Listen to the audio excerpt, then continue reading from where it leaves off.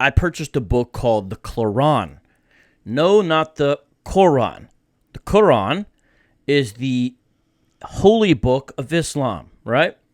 The Claron is the holy book of the KKK, believe it or not.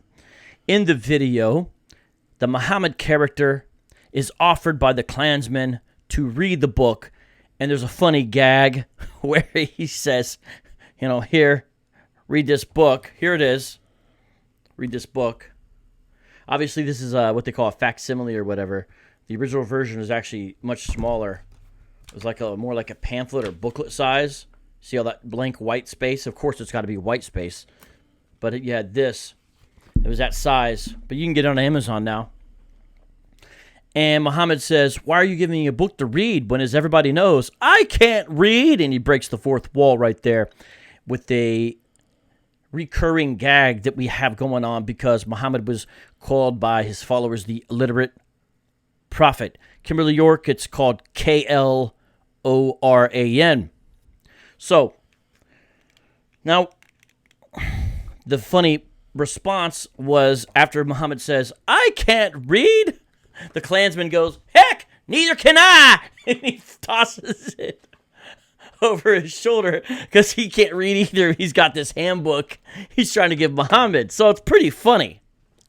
And then, of course, that's a mild foreshadowing of the end of the skit. Spoiler alert. Where just like the Klansman tosses the Claron over his shoulder, well, heck, neither can I! Muhammad's character at the end of the episode is going to toss the detonator over his shoulder, saying, I don't need this. And explosive results still occur accidentally in this case, where usually at most episodes they are on purpose. With all that being said, YouTube did not seem to understand it was not hate speech. Even when the Klansman was going to say something super offensive, there was a part where Muhammad brought up different aspects of Islam, and the Klan's character says something. He's about to say something, but we did it on purpose, and Muhammad cuts him off before he completes a sentence. So the most kind of offensive insults aren't even in the skit. And if you watch the video, you understand what I mean. Nonetheless, it's gone. Who knows if it will be back for hate speech, even though we are mocking evil. All right? So with all that being said, since I got the Quran, you know what I've been doing? I've been reading this nonsense. And it's some messed up stuff. Some messed up stuff in there. It's real perverted, real twisted. So what I want to do is go through some of the ideology as well as the history of the Klan with you guys tonight, because I don't know if I've ever heard people do stuff quite like this, where they really go through, And so it's time to do that right now, together, as a family. You guys ready for that? So this is an overview of the Ku Klux Klan, right, from an apologetics perspective, because that's not usually the kind of view that we get, you know what I mean? But tonight, this is going to be that kind of view, okay? Man, I am having some... Can you please stop this? Okay. I need to get... man, come on. Microsoft Word is giving me some problems here. Let me see here how I can get rid of this. Just a second, guys. I gotta close this file. Why is it doing this? Just a second. Oh. What in the world? Okay. I'm gonna have to shut down my notes real quick here because it's not letting me do what I want to do. I've got notes for this show. So a lot of what I said is going to come out of research that I've been doing literally, well, for a while now, but especially this weekend. I have been immersed in this stuff, and it's quite sick. I feel disgusted having to even be in it like I've been in it. But I want to bring this to you I think that it's important information. So a lot of what I'm going to share comes from a website actually called apologeticsindex.org. Apologeticsindex.org. Now, I've made these notes my own. They originally created in 2007, updated in 2015. But let me break it down from that perspective. But the research I've been doing is quite extensive, and it really comes out of the background just for this video because I wanted to be more aware. So let's talk about it, all right? Let's get into this. The Ku Klux Klan is a collective name of several past and present hate groups in the United States. Most people know that they advocate racism, white supremacy, anti-Semitism, and anti-Catholicism. Now, does anyone even know why the Ku Klux Klan is called the Ku Klux Klan? I never knew this until just recently. Well, the Greek word for circle is kuklos, right? And so anglicized and split apart, basically, that becomes Ku Klux. I never knew this. And clan actually hails back to Scottish clans. Remember Braveheart, which, by the way, even though it's a fantastic movie, as far as watching it, most people, I think, feel that way. It's totally inaccurate. It's like so inaccurate. It's really just an awesome movie to watch. But remember, they had different clans. The clans will unite. The clans will unite behind you. I can't do it, right? So a lot of the original founders of the Klan were Scottish. So they combined clan, but then they did it with the K because of the Ku Klux. So it literally, clan essentially means family. So the name actually means family circle or circle of family. So the idea is a family standing shoulder to shoulder, taking on all outsiders, right? That's actually what Ku Klux Klan is supposed to mean, right? Of course, the family in this case would be, I guess they would say the white family, right? The WASP family, perhaps you might say. But it's not a single organization, and this is something I understand better now. And so I think this is helpful to understand because the past is not dead and gone. It's not buried. In fact, the past is barely even the past. The past is always with us in the present. So this is important, and it really is an apologetic issue. So let's break this down. It's really a collection of groups, the KKK is, and they're bound by these iconic symbols that really anybody can co-opt.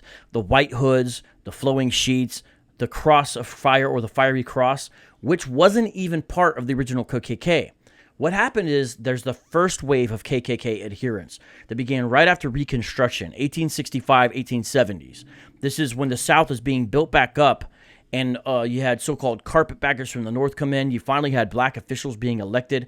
It seemed like progress was actually on the way. Then Jim Crow came, and of course, right after that, out of fear, white Southerners, not everybody, but plenty to make a dent, formed this Ku Klux Klan. It began in Tennessee. They didn't even use the fiery cross. That was later on. I'll talk about that in a second here. So they really thrived in the South during this Reconstruction period, fall of the Civil War. Now, I'm going to break this down deeper, but let me just give you the broad outlines right now.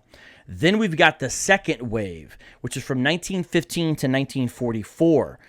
We're talking maybe 3 to 4 million members. So someone that thinks the Klan is like some irrelevant organization from the past. Now, their relevancy now, as far as actual organization, yes, you could argue they're irrelevant in many ways. But what I mean is, within American history, you got to understand this is a legitimate force. There is a video online, I'm not going to show it because we don't have time, of, like, I think it's 150,000. Do you hear this? I'm getting amped. I just had that espresso shot. 150,000 Klansmen walking down Pennsylvania Avenue. I think it was in 1956. Don't quote me on the date. Someone look that up. You can stop right now and watch this. You will be utterly shocked to see 150,000 Klansmen walking down Pennsylvania Avenue, right? Hey, Mr. Phil Fox, thank you. You became a super chatter superstar and also a Patreon. You are just a model citizen, man. Blessings and prayers in the name of the Lord Jesus Christ, the truth of his word, and unlocking freestyle. Thanks for VOCAB. You are a blessing. Mr. Phil Fox, you are a blessing. You and Dr. Funny seem like two kind of guys who might be similar. I don't know if you've seen him in the live chat, but you guys, I think, could become good friends. Look out for Dr. Funny. I could see you guys building together. Mr. Phil Fox, look out for that Dr. Funny guy. We got Dr. Funny and Mr. Phil Fox. Kind of just want to call you Mr. Fox, you know what I'm saying, shorten it. But anyways, so here's what happened. during this big second wave, 1915 to 1944, it went from kind of a local, sporadic organization that really flourished right after World War I, became nationwide, national. And all these little groups popped up calling themselves KKK in the South.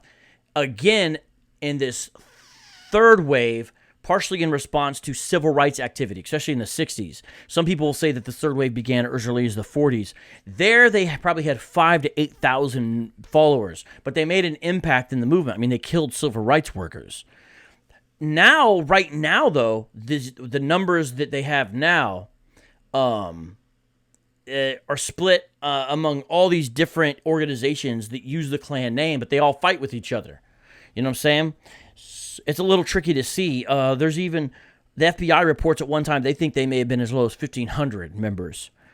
It's hard to get exact numbers on this. Part of what the Klan wants is secrecy. They don't want you to know who's in the Klan. But with all that being said, what about the KKK right now? Well, the KKK is classified as a subversive or terrorist organization. The KKK is and has been domestic terrorists. You have to understand that's who they are, using physical violence to intimidate populations. They are the perfect example of a terrorist organization. You got to understand, when you think about the KKK, they are terrorists. They always have been. It is a terrorist organization. They're responsible at least for the death of 4,000 men, women, and yes, children, like the 4 little girls in Alabama. That's a horrible situation that happened at 16th Street Baptist Church. You've got to look into that if you don't know about that. In Birmingham, killed little girls getting dressed for choir practice. I mean, that's the Klan's doing. So terrorist organization responsible directly, at least for 4,000 deaths. And now we've got these numerous small unconnected groups that don't have any kind of central authority. And so it's really been weakened by these splits and infighting and actually by government infiltration. I've talked about COINTELPRO on this show before and how they harass black folks. This is a fact of history. J. Edgar Hoover was worried about a black messiah rising up. So he spent an inordinate amount of time harassing black folks. And that's true. However, a lot of people don't know the FBI did also screw around with the KKK and cause problems in there. The FBI got a grip of informants. Now, speaking of the KKK now, a lot of them kind of have moved over into neo-Nazism, which you got to understand, back in the 40s or 50s, that would be kind of unheard of because you've got people who just got done fighting Hitler. They're not going to do the right-handed salute and say Heil Hitler, and use swastika propaganda. They just got done fighting the Nazis, right? Even if they do hate black folks, they're not about that life. And so if you notice, the white power salute is supposed to be done with the left hand, I guess, not the right hand, I guess. And I guess that's the way that they differentiate themselves. However, a lot of them have kind of moved into neo-Nazi propaganda territory in the modern era, and these groups have linked up. There's even an article, I think, called The Nazification of the Ku Klux Klan. Because the Klan is not, of right now, is not the same in a lot of its ideology as prior Klans. These things shift and they change. And in fact, a lot of them have kind of become linked with the Christian identity movement, which seems to be actually probably a stronger movement than the Klan right now. Because what it does is it works harder to give a theological rationale for so-called white supremacy. You know what I'm saying? So you look at this. Now, let me quickly define the Christian identity movement. We're not going to be talking a lot about them. But if you want to know more about the Christian identity movement, I encourage you to go to watchman.org. Watchman.org. They have an index of cults and religions, and they have a profile available on Christian identity. So does carm.org.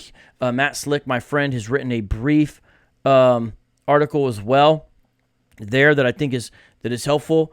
And hold on, where did... Stop it. Come on, man.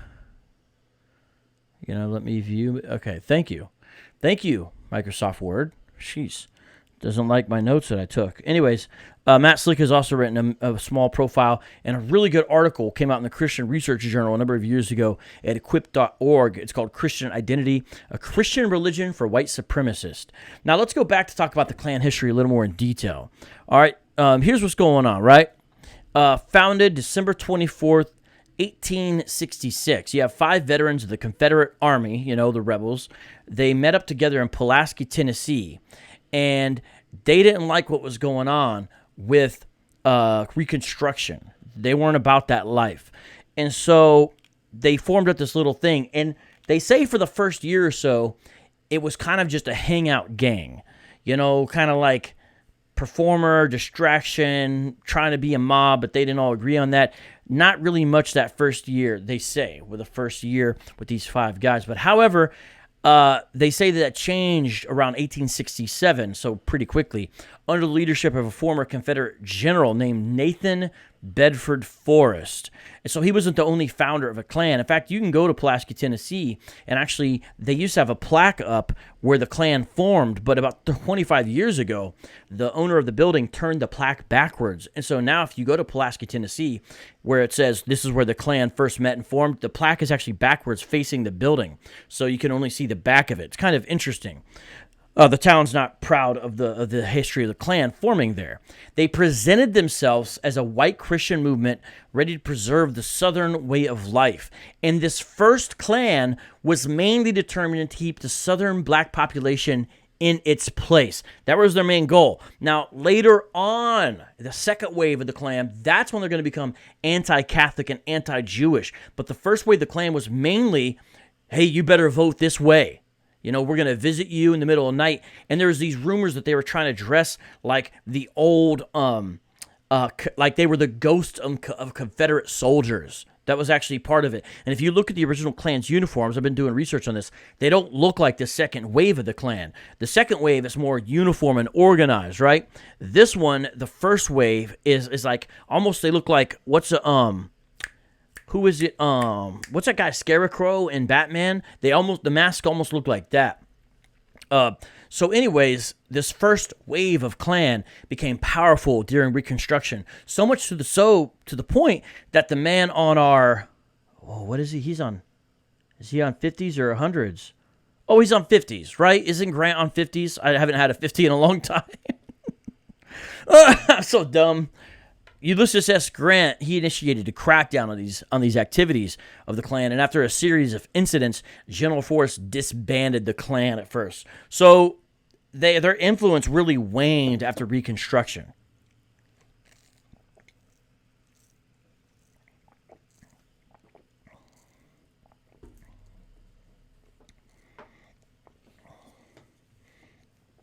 All right. Now, let's talk about the second wave of the Klan. 1915. So what happens? Here's what happens. It's hard to tell if they just happened to coincide or if this movie was really the main impetus for the second wave of the Klan. The movie I refer to, of course, is called Birth of a Nation. Birth of a Nation is one of the first Hollywood blockbusters, produced by a man, I think D.W. Griffin was his name, if I'm not mistaken, who actually developed a lot of film techniques and cinematography that to some extent, my understanding is, still are used and utilized today. So he's quite a genius. This is one of the first spectacles of cinema, because prior to that, there were these little non-talking shorts and stuff like that. Now, it's still a silent movie, but Birth of a Nation was a grand spectacle. In fact, I'd hate to inform you this, but do you know what the very first movie shown in the White House was? Birth of a Nation. The first movie ever shown in the United States White House was Birth of a Nation, a pro-Klan movie. Woodrow Wilson watched it and said, it's like writing history with lightning. It's a famous quote of his. It's like writing history with lightning. So this is 40 years after the original Klan is disbanded, 1915. And you got this guy who revived it. This former farmer, he's a circuit preacher and a university lecturer. And yes, I did say circuit preacher. He was a Methodist, named Colonel William Joseph Simmons. He revived the secret society. And one thing I forgot to mention, the point by the movie was the movie made the Klan look like chivalrous knights saving white women from wicked black folks in the South, and portrayed black folks as like brute beasts, and these knights as protecting the innocent. And there was these horrible things in it, and it came out of a book. And in the book, there was a scene where supposedly black folks had taken over the whole American government, and you got to salute them if you're a white man, and all this kind of crazy fear-based, fear-mongering tactics. And what happened is you had this Birth of a Nation portray that, and the Klan were these saviors, and so it made the Klan super, super popular in the second wave. This is when the Klan became its strongest. Is from this on. So, by the time you get to Colonel William Joseph Simmons is the one responsible a lot for this book right here. So by the 20s, it had been transformed. It got millions of dues-paying members, chapters in all the nation's 48 states. In fact, Truman paid Klan dues. Now, it was said he did it because it was President Harry Truman, because people advised him to do it, and shortly after that, because of his pro-Catholic and integrating the services, he went head-to-head with the Klans and demanded his dues back, so he never was a member, but he actually did pay to just kind of be on good terms with them, because they had so much power, a lot of politicians had to kowtow to Klan in a lot of elections. That's the challenge they have. That's the amount of power they had, within the governmental structure as far as influence. And yeah, you can see The Birth of a Nation still on YouTube, as Kimberly York mentions, and the new movie by the same name.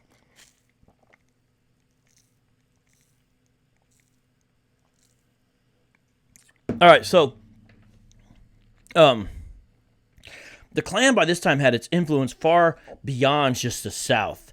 They expanded outside of the South, and a key way they did that was by declaring Catholics and Jews as enemies, because they were coming in, and here's the idea. Hey, Catholics, they're not even going to be allegiant. They're not going to have true allegiance to the United States of America because they follow the Pope, and the Pope's, he's an Italian guy in Rome. So we've got to deal with this, right? And Jews, we already know about the Jews. The things that they would say about the Jews, actually, and excuse my Hebrew Israelite friends in the audience, but actually were things very similar that a lot of the Hebrew Israelites still say about the Jews to this day. Know what I'm saying? Ooh, no, Gatorbait Bill. NAACP is not the Klan with the tan. See, I respect everyone in the live chat, but I just want to explain to you, when you make comments like that, it's so distressing. Because the NAACP has never killed anyone. And in fact, you may not agree with the NAACP's agenda now, but when you look back to their history, they've done a lot when it was especially needed. The Klan is responsible, Bill, for the death of over 4,000 men, women, and children, including little girls, little children. Not only that, they would kill so-called allies, people that would come down to help with voter drives. They would kill them. I just watched a documentary today about a white man who the Klan viewed as a friend to black folks, and so they took him out in his front yard and castrated him. The NAACP never did anything like that. So it's just not a comparison at all. The Klan is a terrorist organization. The NAACP has never been a terrorist organization, nor will they ever be. You know what I'm saying? It's just, we got to understand there's no comparison. And that's why, guys, that's why this is an important show to do. Because people are still under the pressure they can make these moral equivalencies between the Klan and other types of groups. And we cannot do that. If you want to make a comparison, guess what you've got to make a comparison to when it comes to the Klan? And this is where I'm going to get controversial. It's ISIS. It's groups like that. In fact, that's what we did in our very show. So you know what?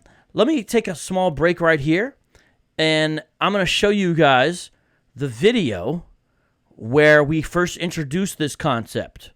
All right, I'm going to show you guys real quick here where we first introduced this concept. It's the video where David Wood did called the Claron. So everyone check this out. I'm going to play this video, take a little break, and that's the real comparison we should be making here. So let me play this video for you, everybody. A while back, we made a video about the Ku Klux Klan converting to Islam after KKK leaders learned that Islam was founded by a white prophet who bought, owned, sold, and traded black African slaves and hated Jews. Okay, so here's a video by David Wood. Hey, what's up, Jonathan Crocker? So here's what's up. And we got David is talking in this video how when he says we, he actually means me, John, and himself. Now, John and him did most of the acting in the video. I just make a quick cameo. Brother Bill, it's not, you shouldn't apologize for kicking out of the beehive. If you're going to apologize, you should apologize, brother, for being wrong. The NAACP is not the Klan. When you make that kind of comparison, you're minimizing the wicked and evil that the Klan has done. And I say that with all due respect. That's the problem with what you said, is that you're making a false comparison that minimizes how wicked the Klan is and was. So I respect you. I just want you to understand that's the apology, is they're not the same, brother. They're just not the same in any way. NAACP never pulled anyone out of their house in the middle of the night and lynched them and then burnt their body. NAACP never drug anyone through the streets of Jasper, Texas on the back of a pickup truck to the point where their elbows turned into mush and their head was lopped off. That's what they did. Look it up. Jasper, Texas. Ku Klux Klan. Look that up. This happened in 1998. You know, that's within the lifetime of a lot of people in the live chat. You know what I'm saying? But back to this. So Wood's talking here about that video. I made a brief cameo in it. Now he's going to show a clip from it. Let's play this real quick. And it's an imaginary skit, of course, but let me play it here. Everybody knows that the Virginia Democrats love to party in blackface. But what does any of this have to do with the Islam hotline?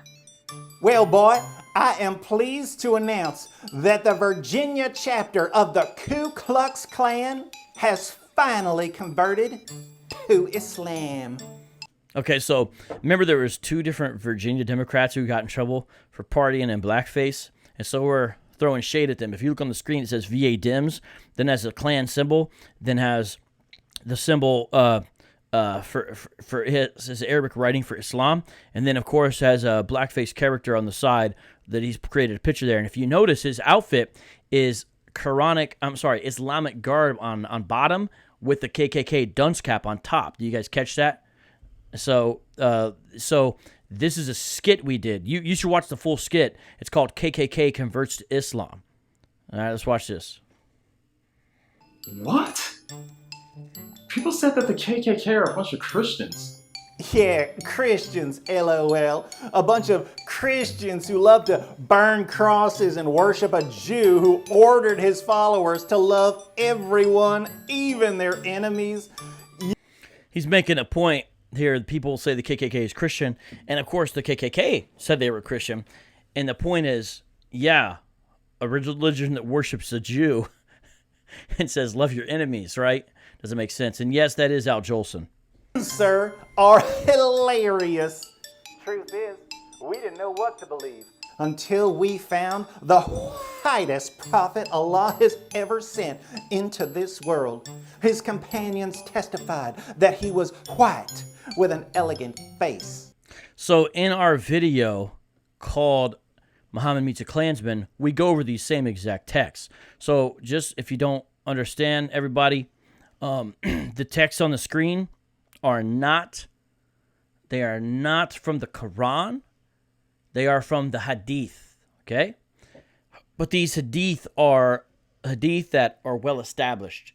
They have a dependable chain according to Islamic sources. And so this is the way Muhammad is being described in the sources. They referred to him as this white man and drew attention to his white complexion. They wanted us to know about the whiteness of his shins, and the whiteness of his thigh, and the whiteness of his leg, and the whiteness of his stomach, and the whiteness of his forearms, and the whiteness of his cheeks, and the whiteness of his armpits. I can just picture our beloved white prophet now. So, for whatever reason, David said he's drawing upon relatives and people he knew in West Virginia. For whatever reason, he was saying white, which, you know, everybody's laughing about. It's kind of a funny thing, right? And so what happens is here is now you've got him saying white, and so we've used that as a recurring gag. Whenever we have Muhammad talk about how white he is, we always have him pronounce it white, although I can't do it as well as David. But I think my cameo is about to pop off here right now. So beautiful, so white, so very, very white, especially his armpits. After we posted that video, VOCAB texted me and said, "You'll never guess what the KKK's handbook is called." So, after the video came out, I told him, hey, bro, I just found out that the KKK's handbook's called the Claron. Now, how did I find out about it? I got to give, you know what I'm saying, shout out, you know, props where props are due. Abu Kamr is the one who told me about the Claron, and I looked it up and found out he's telling the truth. Yeah, so Nate, Muhammad doesn't look that white, and the thing is that in all actuality, Muhammad probably wasn't all that super white, but it's what it shows is most likely is sort of a level of supremacy that they had built in to where they wanted you to see how white and elegant he was, as if that's part of what made him a better man. It doesn't seem like he would have been that way, although in the video of Muhammad Meets a Klansman, we show one of his great-grandchildren who does look kind of white with that red beard that Muhammad is purported to have. But, of course, I'm the Muhammad character, so we just did it our way. But I thought that part was funny. So, continuing on. It's called the Claron, or Claran. I'm not sure how they pronounce it. It's supposed to parallel the Quran, but with their Alabama accents, I imagine they would say Claran. You can order the Claran on Amazon. Let's read some of the description from Wikipedia. So I've actually ordered it. Here it is. And if we have time in the show today, we'll look at it. The Claran, a portmanteau of Klan and Quran. A portmanteau is a combination of two words that combines their meanings. Brunch is the most common portmanteau I can think of. It's a portmanteau of breakfast and lunch. That's our vocabulary lesson for the day. The Claran, a portmanteau of Klan and Quran, is the handbook of the Ku Klux Klan. Versions of the Claran typically contain detailed descriptions of the role of different Klan members, as well as detailing Klan ceremonies and procedures. The letters KL were often used at the beginning of words to delineate a Klan association. Examples include... So I've read this whole thing, and it's exactly right. Every time there's something that could be like a C, it's always a K, and they try to put KL in front of everything, or just a K. It's so irritating. Everything's a clavern, and then the conversation, clavaliers. It's like ridiculous. It's so dumb. Hey, shout out to Miss Titus 2. Miss Titus 2 put out a super dope video recently on her YouTube channel on the Hebrew Israelites. Everyone look at her profile avatar and subscribe to her channel. She's gained about 60 subs or so. I forget, maybe 40, whatever. Like in just past day, the video's so good. Trying to get that video for a lot of people to watch it. And so we definitely want to have that and check out her. Someone dropped the link in there so they could do that. All right, continuing on. Conversation for conversation. Clavern for cavern or tavern, local branch or meeting place. Clavaliers, etc. This differed from the practice of the Reconstruction Ku Klux Klan. Very little of the Reconstruction Klan's terminology was carried over, and that mostly titles for high officials in the organization. The leader of an individual clavern, for example, was an exalted cyclops. The original Claran was written by William J. Simmons for his revived Knights of the Ku Klux Klan, circa 1915. He drew heavily on his previous experiences as a fraternalist. He was a member of many different lodges and had sold memberships in the woodmen of the world before deciding to revive the Klan. And if you read this book, there's a lot of ceremony that you can tell would come out of kind of a lodge type situation. You can definitely see that because, like I said, I went through it. Somebody says they're sad I had to read the book. Well, yeah, I hear you, but, that's kind of like what you do, I don't claim to be the world's foremost researcher or anything, but that's kind of part of what we do, you know what I mean? We look into these things, and so it's just part of the necessity of doing it. I enjoy the research. That's why I don't want them to take down videos that we don't agree with because it makes it researching harder. That's one reason why, but here we go. So, William J. Simmons decided to revive the Ku Klux Klan. Of all the books in the world he could have picked to name the handbook of the Knights of the Ku Klux Klan after, he chose the Quran. Now, we know that, according to Islam's most trusted sources, Muhammad was whiter than a scoop of mayonnaise on a saltine cracker, and that Muhammad had numerous black slaves, and that he had sex with his slave girls, and that he referred to Ethiopians as raisin heads, and that he said that Satan looks like a black man. This is all true, and all this was in our video. So our video was not just a criticism of the KKK. It is also a criticism of some of the racist aspects of certain components of Muhammad's teaching, okay? And so we have both things in there. Now, of course, the video's down. You guys are funny, Timothy. That's very clever. And we've got Never Give Up talking about Cluteism instead of Bootyism. And we have Cheese Beef in here with the worst name ever and no profile avatar whining. Hey, Malone, I bet you won't go to the Klan meeting and BS around like you do the Hebrew Israelites.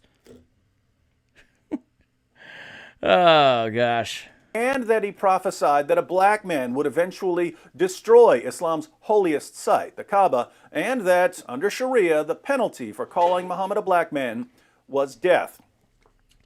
That's true, too. And that's why in our video where Muhammad meets a Nation of Islam member, Muhammad blows up the Nation of Islam member because he keeps on saying Muhammad was black, which is a position of the Nation of Islam, is that Muhammad is black. And you can see the work of Wesley Muhammad for that, who we mentioned in that video on the Boom Boom Room as well, which has not been taken down. Know that. Well, if you watch my videos, you know that. But I doubt that William J. Simmons knew that. The Islamic sources that give us this information hadn't been translated into English yet. And I seriously doubt the KKK had a team of Arabic scholars to explain Islam to them.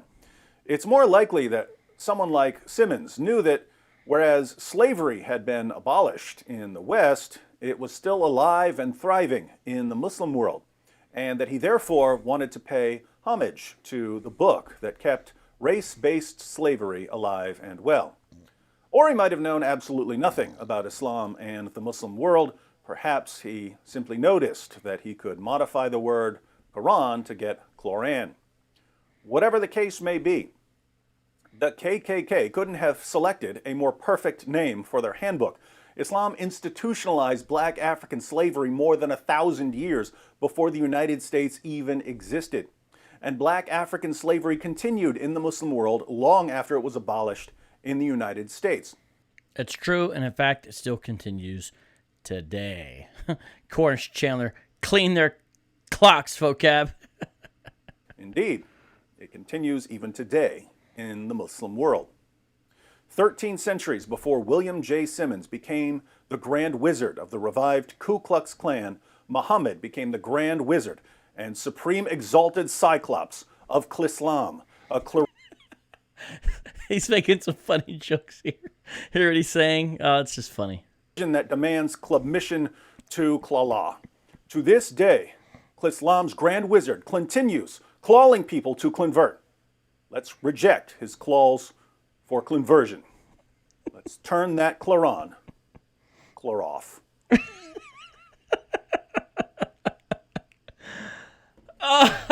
You know, some people don't like doing things this way. I get it. That's fine.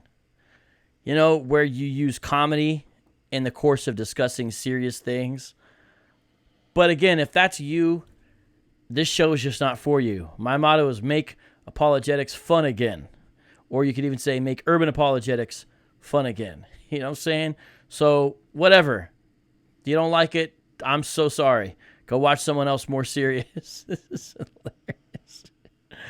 Oh, man. Because, you know, it's ministry and we take it serious, but at the same time, man, God made people with a sense of humor. All right?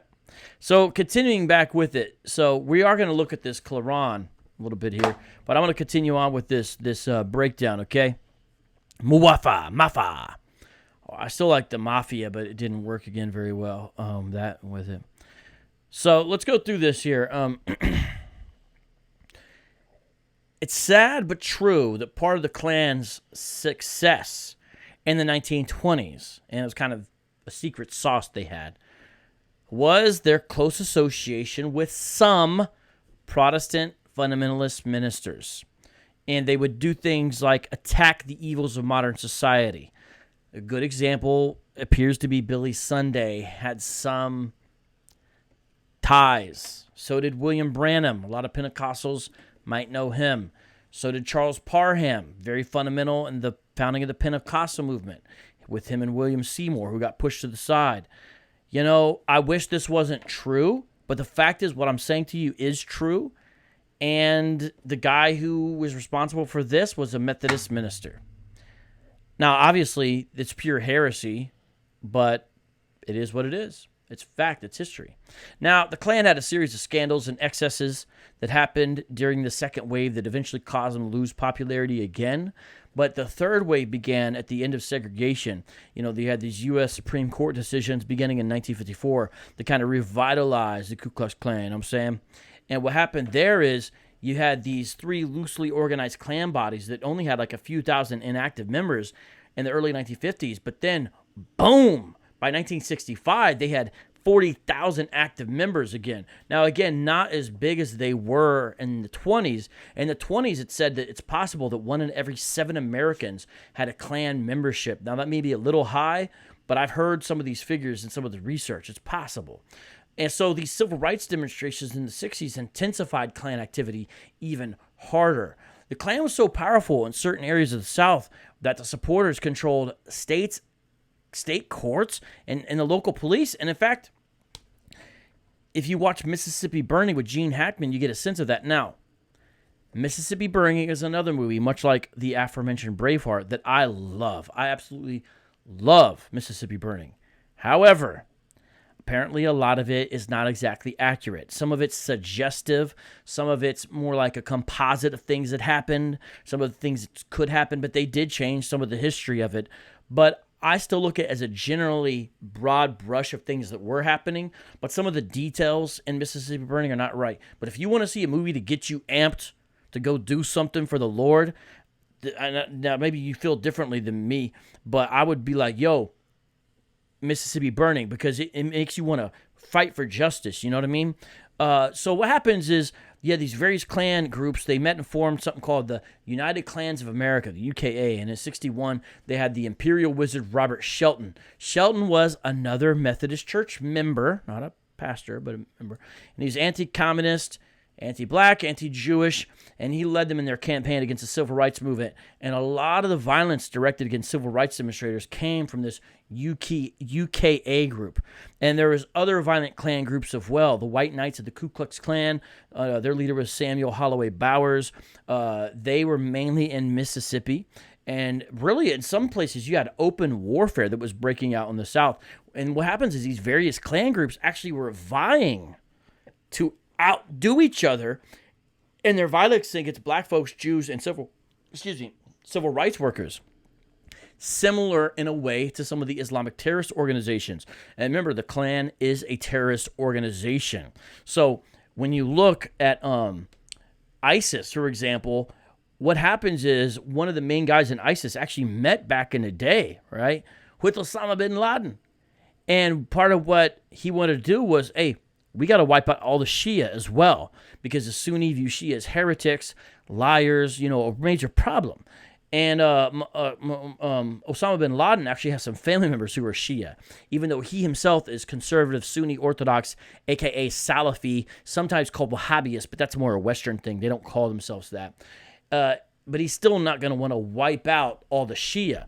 But the ISIS said, we're going to wipe out all the Shia. So ISIS, a big part of what they did is wherever they took up residents, they would wipe out all the Shia.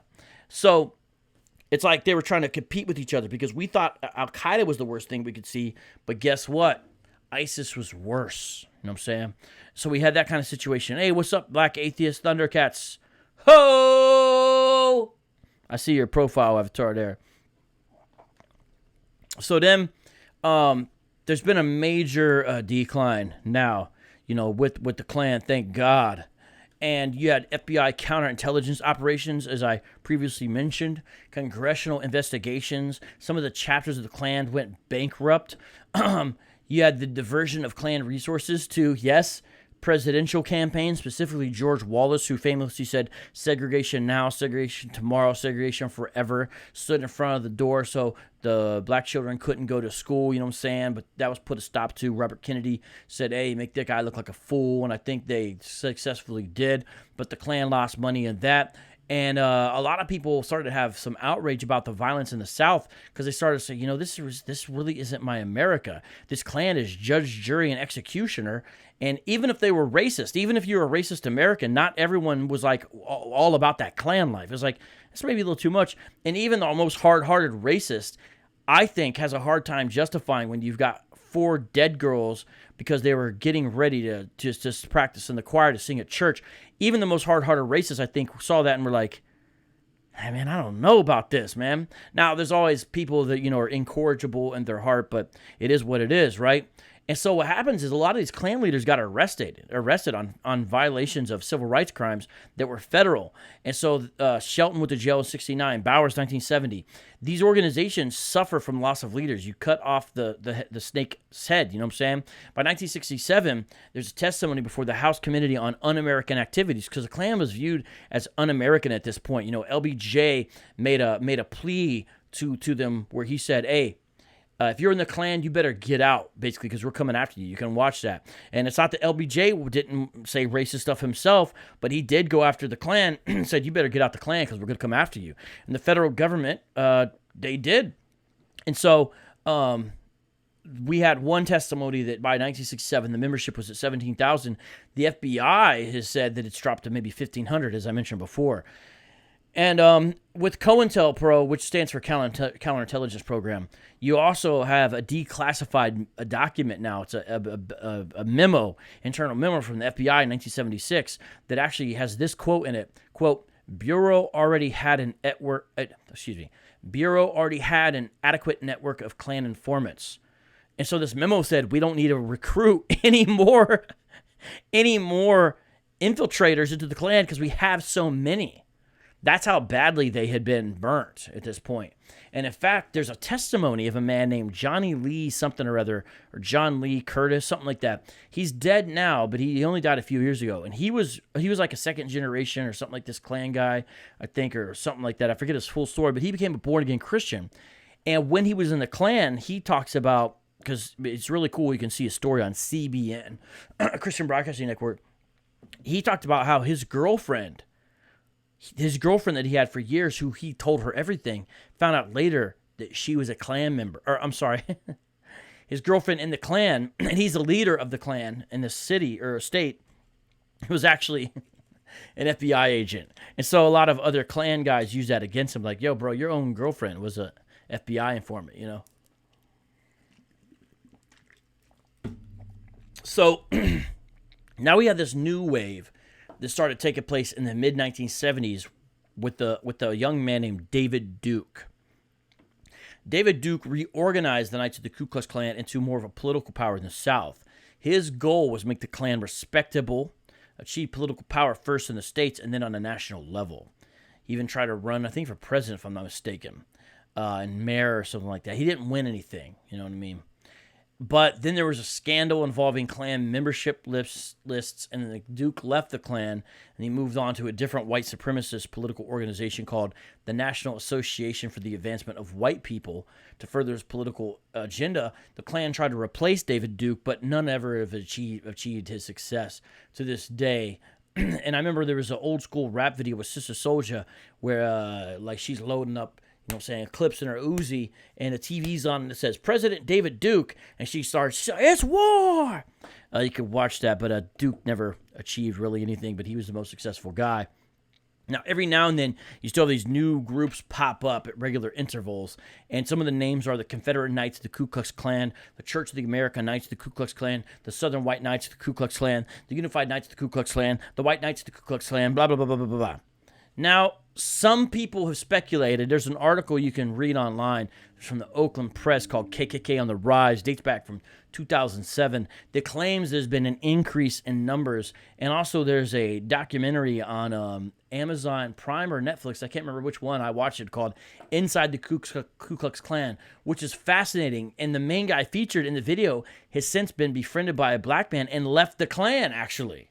So, and when you watch it, you can get a sense like, this guy doesn't belong in the Klan. But anyways, they claimed in their video that they were growing in all this. And then guess what happened? They got hacked by Anonymous, you know what I'm saying? And it's just a disaster. I watched some Vice, if you remember, Vice did the series with the comedian, I forgot his name off the top of my head, but it was like about hate. And they featured Hebrew Israelites in there, but they featured some white supremacists too, Klan guys. And man, it's like funny and sad, but not so much. It's a lot of like guys who are not in peak physical condition, either due to age or other factors, and a lot of guys who are not in very peak mental condition either, trying to do things like light a cross, and in this one video, they couldn't even get the cross lighting ceremony right. They kept on messing it up. And it's kind of sad because, you know, it's like a symbol of hate, but it's also kind of funny, like, these guys aren't going to be taking over anything. And it was like just the sad club of people who really didn't belong anywhere else, and they end up in the Klan. You know what I'm saying? I know there's some true believers, but man, it's just silly. It's not as much the case that you have, you know, prominent people as much like you did back then. Things are a little bit different. You know what I'm saying? So, yeah, Daryl Davis. I think he befriended the guy in one of this documentaries that I actually watched, if I'm not mistaken.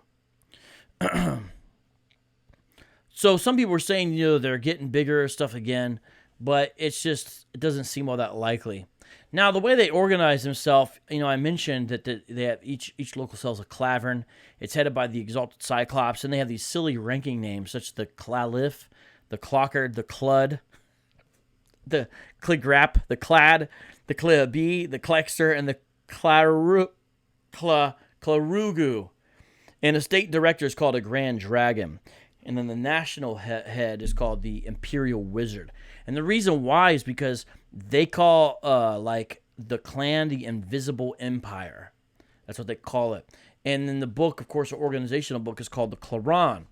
And members use these secret identification codes, like these initials that say, "Are you a Klansman?" And then the Klansman's supposed to answer back, AKIA, a Klansman I am. And they have these secret handshakes they do.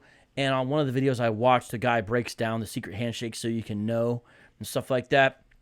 But, you know, so let me real quick give some sources you can look at if you want to know more about this. History Channel has got a nice little documentary on the Ku Klux Klan called A Secret History.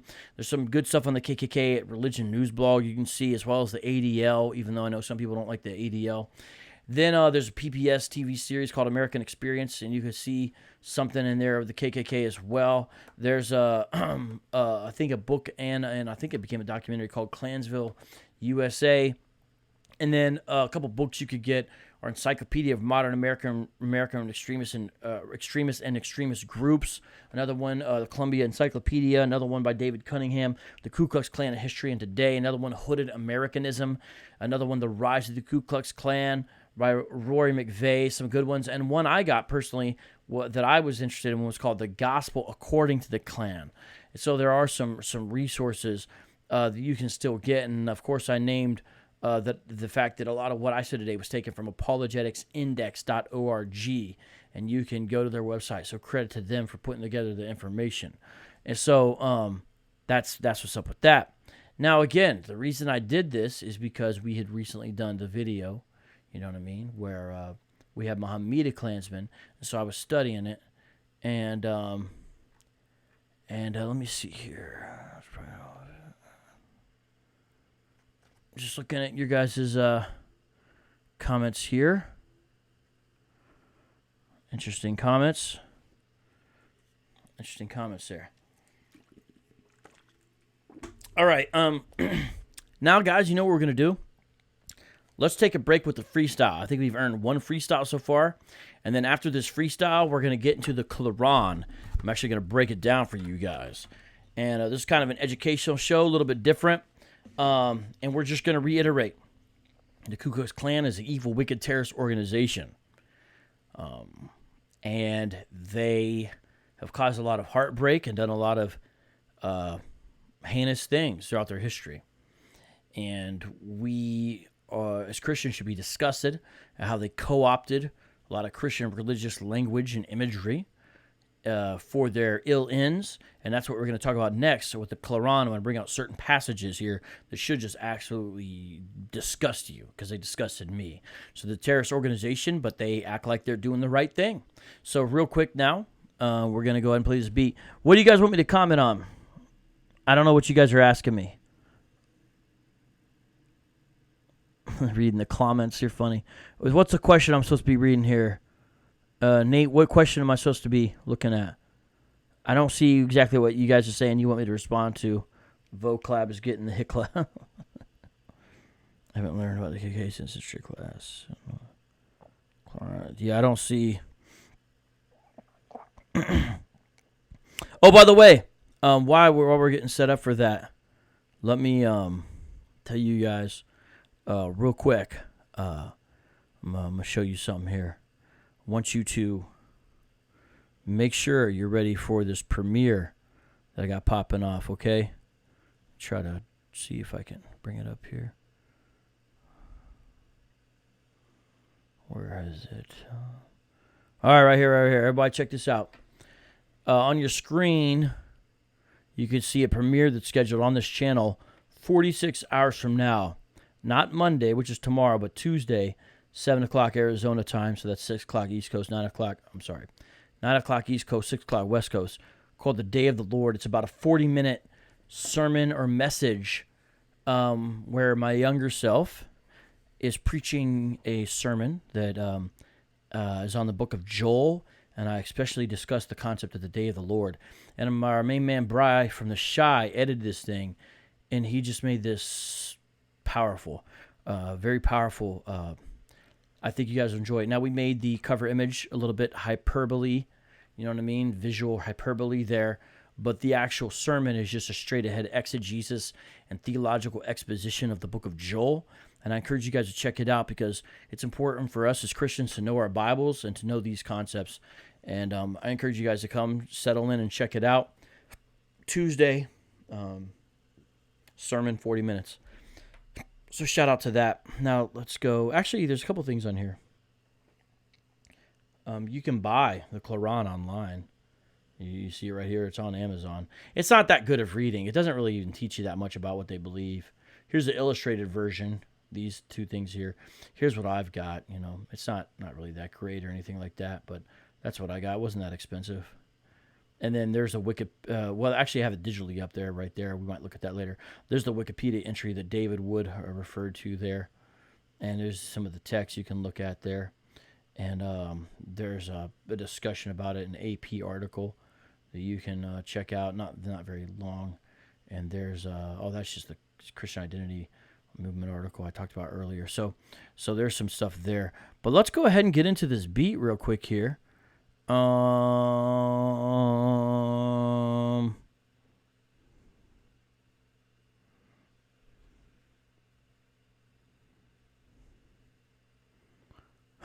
I cannot hear the beat. Oh, it's down all the way. That's why. All right. Got to turn this down. Mic check. Turn the beat up. All right. Let's see how this thing sounds. This is a Jonathan Soko beat. You guys have earned a freestyle, and then we're going to continue on the show. It's kind of like a little break right here. You guys ready? All right, let's do it. Oh. Yeah. Like in that. Yeah, like in that. Ha, gotta rap, ha, yeah, like in that. All right, let me know how the volume goes. 1, 2. VOCAB, what's the plan? Today we discuss the Klan. They disgust me, man, talking about the KLR Quran. However you would spell, stay in a Klan, you're going straight to hell. Like the fire that burns upon the cross, come to the cross, or your loss you get tossed to the lake of fire. Listen to Klan, a bunch of liars. They wear the white sheets, I rock this hype beat. Hello, how you doing? God is mighty, he's mightier than the white hand of the white man, white Klan. Listen, they gonna be damned by God, and it's not so odd. Why you gonna call your squad the Ku Klux Klan? Yo, you need to get a job. Peep it out now, pull your hood back, your bob. Why you gonna rob the woman, child? Man, woman, child, you so vile. Why you so wild? So I freestyle. This a homeboy, I'm versatile. Over the so-go beat, I bring the heat like the fiery cross, but I say delete to the KKK. We don't go that way. Peep it out, today is a Sunday. There's only one way to heaven. Better love your brother. Peep it out now, don't matter the cover. Wearing the cover of the white sheet, kinda whack. A yo cheese beef is in the comments with the emoji. Peep it out now, what? 1, 2, 3. They like that K. The K ain't okay. It ain't okay. Needs to go away. Needs to go away. Peace out to it. Peep it out now. Go ahead and be true it.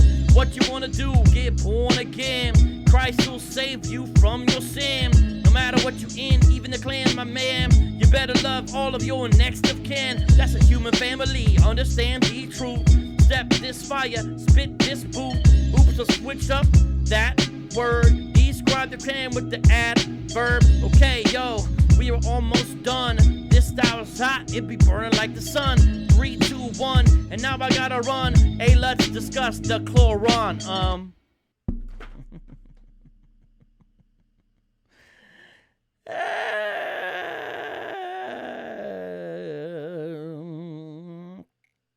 All right. Let's take a look here. Let's see. I'm gonna bring this up. Take a look at it right here. Let me see what it does. Let's see. I'm gonna try to. I need to change the view on this. Just give me a second here, people. I want to try to get this a little bit more like. I'm gonna have to. What's the best way to do this?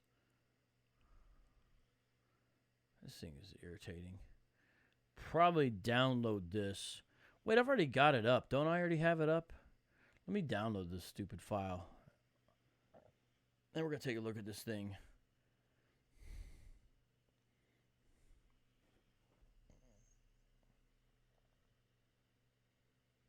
No! Stop! I don't want to look at it. It's not letting me look at it where I want to look at it. What I want to do is look at it strictly through the PDF thing. I think that might be a better way to go. Just give me a second here. Let's see. Come on, man. Ah, jeez, it's not really. It's being super irritating.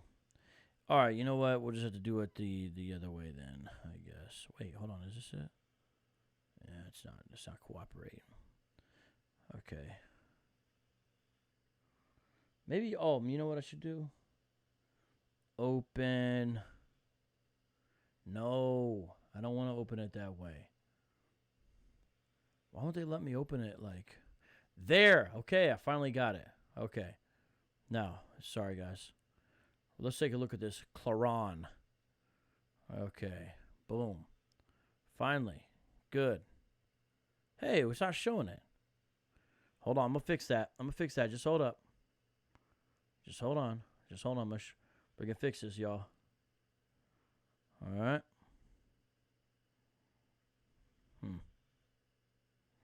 Show current. Ta-da! Okay.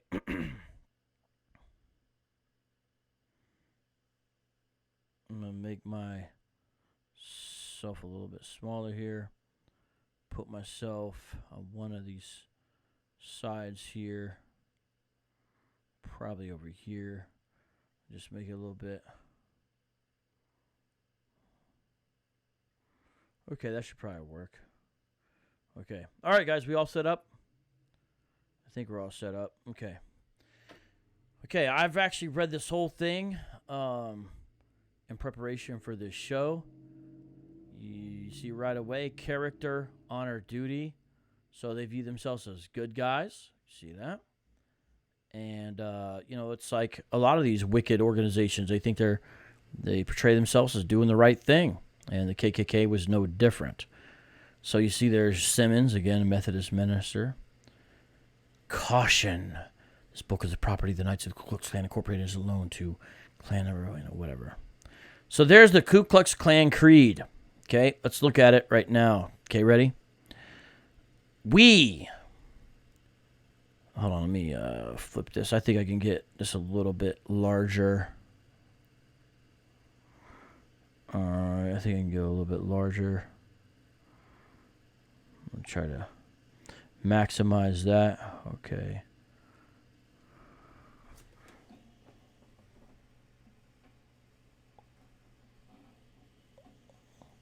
Okay. We, the Order of the Knights of the Ku Klux Klan, reverentially acknowledge the majesty and supremacy of the divine being. Now, that's not very Christian in and of itself. That could almost be like a, supreme being, kind of like deist type of thing. You know what I mean? Oh, look at, you got this guy bossing me around. I'm just kidding. How do I do what you're saying? You're saying close the sidebar. I agree. That's a good idea. I don't know how to do this, man. How would I do that? How do I close the sidebar here? So probably don't show that. Oh, is that what you're saying? Okay, good idea, right? That was a good idea. Okay. But not particularly Christian, although, you see, that kind of language is there nonetheless, but that could almost be deistic language. And recognize the goodness and providence of the same. Now, providence means God's goodness, God's guiding, right? And so you see that kind of situation, but again, you notice they're trying to have theological rationale right away with this creed. We recognize our relation to the government of the United States of America, the supremacy of its Constitution, the United States thereunder, and the constitutional laws thereof, and we shall be ever devoted to the sublime principles of a pure Americanism and valiant in the defense of its ideals and institutions. We avow the distinction between the races of mankind. Now look, I have said this again and again, that we don't want to compare the Klan to the Hebrew Israelites as far as activity, or compare the Klan to the NAACP or anything else like I saw in the live chat earlier. However, with that being said, some of this is stuff that other supremacist organizations do say. So, for example, the Hebrew Israelites would say this. If they wrote their creed, they could say this very same thing. We avow the distinction between the races of mankind as same has been decreed by the Creator. Now, races is not even a biblical concept. There's the human race, all right? Acts 17, Genesis 1, Genesis 2. Nonetheless, you see this idea here that the Hebrew Israelites basically have the same kind of idea. We vow the distinction between the races of mankind as same has been decreed by the Creator. We shall ever be true in the faithful maintenance of white supremacy. So, what's their ultimate allegiance, the Klan's ultimate allegiance? It says right here, it's to the maintenance of white supremacy. That's their ultimate allegiance, and will strenuously impose any compromise thereof in any and all things. We appreciate the intrinsic value of a real practical fraternal relationship among men of kindred thought, purpose, and ideals, and the infinite benefits accruable therefrom. And we shall faithfully devote ourselves to the practice of an honorable clannishness, that the life and living of each may be a constant blessing to others. Now, right away when I saw this, I just had to laugh, but it's sad. Constant blessing to others? What are you people talking about? Blessing? When you yank a man out of his bed in the middle of the night and hang him or string him up or whip his back, I don't think you're being a blessing to him, right? The hypocrisy, even among their own ideals, is significant.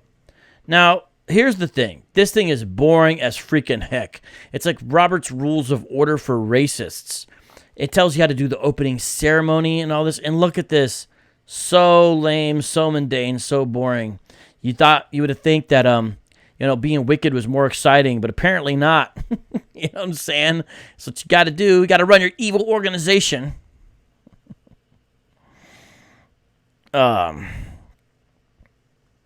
So whatever. Anyways, list of Klan officers. Look at these titles here. I mean, they killed people, so we take it serious, but like, it's also kind of sad. Like, it's also like, it's hard to take you guys serious. Like, it's a serious thing. It's a real threat, but it's also so silly. These titles are just utterly ridiculous. I mean, don't we think? It's like, for real? You guys, anyways. Look how many there are. This is the only kind of cool name I see, Nighthawk. And apparently they're like this guy's in charge of security, at least in the videos that I saw. But the rest of these names are like laughable. You know, Kangaroo. Just kidding, it doesn't say that. But the Nighthawk, you know, I mean, it's like, isn't, Nightwing. There's a DC superhero, Nightwing. He's not Nighthawk, though. All right, ban super soldier activation. Here we are talking about the Ku Klux Klan, and I've warned him a number of times to get with it. He comes in here and says, slavery for VOCAB Malone. I mean, I don't really mind your guys' silliness, but just when you have nothing else to add, you know, it's just, we're done. We're just done. Let's go ahead and get rid of super soldier activation. You have been deactivated, super soldier. Peace out. Don't miss you. If you ever want to repent, let me know, and we can let you back in. You know what I'm saying? But for now, you're lame. And so your lameness has got you ejected. Man, it looks like I've got to keep on adjusting the screen here because I want you guys to be able to read this. So, okay, now I've done that. Make sure I got this right here. Okay, you guys should be able to see this. Okay, let's take a look at this. Okay, so I'm going to be looking here in my copy. And what I want to do is show you the thing. So this is the guy who got the book, supposed to read it. The Quran is the book of the invisible empire. Notice, the Bible is not the book. Now, they use the Bible in their ceremonies. I'm going to show you that. They use the Bible in their ceremonies. But notice, the book is not the Bible. It's the Quran. The Bible is more almost just for ceremonial show, as if it co-signs what they do. You know what I mean? Is therefore a sacred book, like the Quran, sacred. Seriously, with our citizens, and its contents must be rigidly safeguarded, and its teachings honestly respected. The book or any part of it must not be kept or carried where any person of the alien world may chance to become acquainted with its sacred contents as such. Ooh. Its secrets must be held secure by you, and the prescribed secret work must not be used in any other than a legitimate manner. The signs must not be used only when necessary. It's just like, it's so melodramatic, you know, like, yeah, it's like, now check this out. Look at this. Done in the aulic of His Majesty, the Imperial Wizard. So notice, really, you know, their allegiance is their leader, Emperor of the Invisible Empire, Knights of Ku Klux Klan, the Imperial Palace, in the Imperial City of Atlanta, June 26, 1916, 103 years ago. Signed by His Majesty, William Joseph Simmons, Imperial Wizard. And there is the Imperial Seal of the Knights of the Ku Klux Klan. And here's a diagram of a clavern. See how it's a circle? Because remember, Ku Klux is from the Greek word for circle. And clan has to do with family, so it's a family circle is the idea. So you guys get a see the chicken scratch there. You know, it's a little thing they do. Turn the page here. I've got my notes all here, so I know exactly where I'm going to go. Because I've got everything I'm going to show to you. Look at this. The Clud will procure the vessel containing the dedication fluid and the Bible, and put same on its station, and the Nighthawk will procure the fiery cross and stand it at front and center. Now, the fiery cross was not even in the original Klan. What happened is, when they saw the fiery cross in Birth of a Nation, then the second reiteration of the Klan started using the fiery cross as part of what they would do.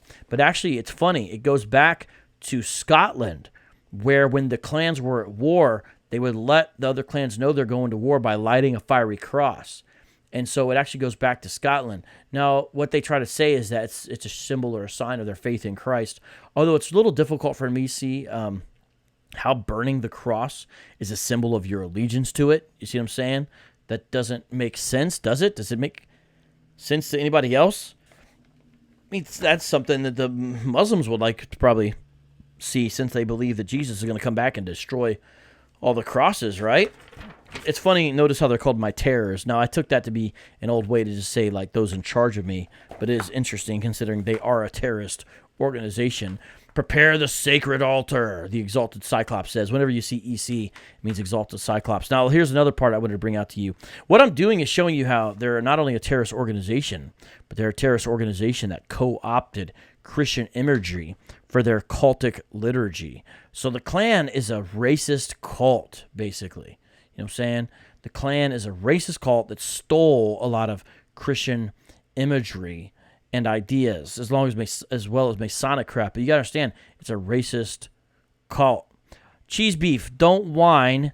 You may or may not know, he's been coming around. And, you know, Cheese Beef, it's funny. The guy comes in the chat, has nothing positive add, just says vocab going to slavery. And you're upset. What if I said that to people that came in I disagreed with? Hey, you're going to slavery. Would you think that was cool, Cheese Beef? Or do you just think it's cool for your fellow Hebrew Israelites to say you're going to slavery? You know what I'm saying? Cheese Beef, you know, grow up. Grow up. Like, you guys come in here, say I'm going to go into slavery. Then when I remove you from the live chat, you start whining.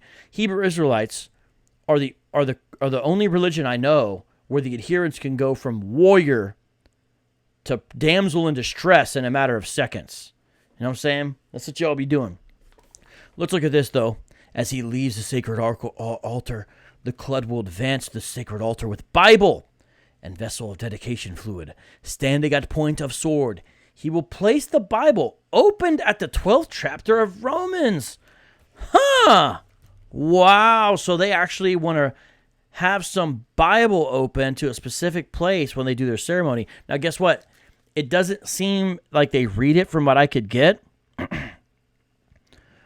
But what do you think in Romans 12 they read? Well, I know because I've been looking into them. This is crazy. It's Romans 12, 1 and 2. There's a specific thing in there that they want to focus on. I appeal to you, therefore, brothers, by the mercies of God, to present your bodies as a living sacrifice. See if you can guess what they grab and say they're doing. Holy and acceptable to God, which is your spiritual worship. Do not be conformed to this world, but be transformed by the renewal of your mind, that by testing you may discern what is the will of God and what is good and acceptable and perfect. Guess what? Hey, let's time out Cheese Beef. I'm tired of whiners in here. It's kind of cheesy. And why you just come in here with beef? Let's just go ahead and... Like, that's a justification because I go to the Hebrews like camps. That's a justification to say I'm going into slavery. You know, you guys have a real sense, a real strange sense of justice. And guess what, Cheese Beef? We're not even talking about the Hebrew Israelites. Why do you have to make the conversation about yourself? You know what I'm saying? Inky Spectre says, can you be black and be a member of KKK? Well, Spike Lee put out a movie called The Black Klansman. And so the answer is sort of. That reason cheese and beef are forbidden. That's hilarious. That's funny. Yeah, it's not kosher, right? Well, anyways, the part that they grab a hold of, that they say that they are getting down with, is living sacrifice. The Klan believes that they are presenting their bodies as a living sacrifice. That's really the kind of crap they say. Yeah, Marion says present other people's bodies as a sacrifice. Yeah, good point. Yeah, but they what they do is, they say that they're presenting their bodies as a living sacrifice. So they view themselves as like martyrs or knights. So that's why they've got it open to Romans 12 there. On and near the corner of sacred altar to his left and next to him, and the vessel of fluid on and near the corner of sacred altar to his right and opposite side from him, and takes position number 2. See diagram, page 7, and faces the sacred altar. Now, why is this altar sacred? You know what I mean? What made it sacred? You know, and I don't see anything about it that's made it sacred just because you say it's sacred. Now, look at this. Faithful Clockard. Why the fiery cross? Clockard. Sir, it is the emblem of that sincere, unselfish devotedness of all clansmen to the sacred purpose and principles we have espoused. That's kind of a circular, like, in what way does it symbolize that, though? You know what I'm saying? My terrors and clansmen. What means the fiery cross? All. We serve and sacrifice for the right. So do you guys get it? Remember what I said, Romans 12? Body of his living sacrifice. These fools have this in their freaking cultic liturgy. These fools are saying, just like Romans 12, we present our bodies as living sacrifice to others. That's what they're saying in their liturgy. Because this is cultic liturgy. Did you know that the Klan is not only a terrorist organization, but it's a cult? Did you know that? It is a cult. That's right. All right. All right, look at this right here. They sing songs to each other. And listen to these. Here, honor, love, and justice most acute must actuate us all. Before our sturdy phalanx, all hate and strife shall fall. What? What is wrong with you people? What kind of hypocrites? Before their sturdy phalanx. Phalanx is a military formation in old school battle. All hate and strife must fall. The KKK is saying, before their united front, that hate will fall. The KKK is saying, hate will fall. Do you guys understand the hypocrisy here? How insane is this? Did you know this is really what they teach, though? Hate's gonna fall. What do you do when you're the hate organization, though, buddy? Because you are. You guys kill me with this. Look at this. After singing the Clud at the sacred altar, leads in the following prayer. So they got prayers here. Almost stand steady with heads reverently bowed. Our Father and our God, we as clansmen acknowledge our dependence upon Thee and Thy loving kindness toward us. May our gratitude be full and constant and inspire us to walk in Thy ways. Now, what does 1 John say? These fools are sitting here. Oh, Reason Uncensored, you can't talk that way here. I've been appreciating you having you around, but Antifa, you are going to be timed out. Come back, and you got to clean up the language. We don't roll that way here. Guys, we like Reason Uncensored, but you can't be using that language, so you got to be timed out. All right. Man, you guys. All right. So look at 1 John here. I'm going to read from 1 John 4. Beloved, let us love one another, for love is from God. And whoever loves has been born of God and knows God. Anyone who does not love does not know God, because God is love. Do you hear that? In this, the love of God was made manifest among us, that God sent his only Son into the world, so that we might live through him, and this is love. Not that we have loved God, but that he loved us and sent his Son to be the propitiation for our sins. Beloved, if God so loved us, we also ought to love one another. No one has ever seen God. If we love one another, God abides in us, and his love is perfected in us. Now it goes on and speaks about this further, about how God is love, and so we've got to love. These guys are talking about walking in the ways of God and having hate fall in front of them. The utter hypocrisy is insane, right? But isn't this fascinating? Did you know their theology is this bad? Listen to the rest of this prayer. Give us to know that each Klansman, by the process of thought and conduct, determines his own destiny, good or bad. Notice they're clearly Arminian here. Strong humanism running throughout this, even though they're praying. And there's a deistic tendency in some of this as well. Determines his own destiny, good or bad. May he forsake the bad and choose and strive for the good. Remembering always that the living Christ is a Klansman criterion of character. What? Can you believe what we're reading? In the Claron, the handbook for the KKK, they're saying Christ is their criterion of character. Hey, Ku Klux Klan, did you not know that Christ spoke of a parable where a good Samaritan who was of a different ethnic group than the Jews helped the Jewish person who had been beat up by thieves and robbers and took care of him? And then Christ says that's how you compare, how you show neighborly love, which is the second greatest commandment. That's the way that you show it. That Christ who spoke to a Samaritan woman in John chapter 4, who is not of his ethnic group, that Christ who said, love your enemies, pray for those who persecute you, that Christ who served even the devil who betrayed him, Judas, by washing his feet, that Christ who said, Father, forgive them, for they know not what they do, that Christ who turned the other cheek as they pummeled him, that Christ who didn't say anything ill against the people who were putting him to death, that Christ who forgave the thief on the cross next to him, that Christ who reinstated Peter after Peter betrayed and denied him, that Christ who healed the Syro-Phoenicians woman, that Christ who, when he gave a sermon in the synagogue, talked about the greatest faith was found outside of Israel at the time. It's a different ethnic group. Need I go on? That Christ who in John 12 said that if I be lifted up, I draw all men unto me. You know what I'm saying? And yet, you got this. Continue on with this prayer. Keep us in the blissful bonds of fraternal union, of clannish fidelity one toward one another, and of a devoted loyalty to this our great institution, giving us to know that the crowning glory of a Klansman is to serve.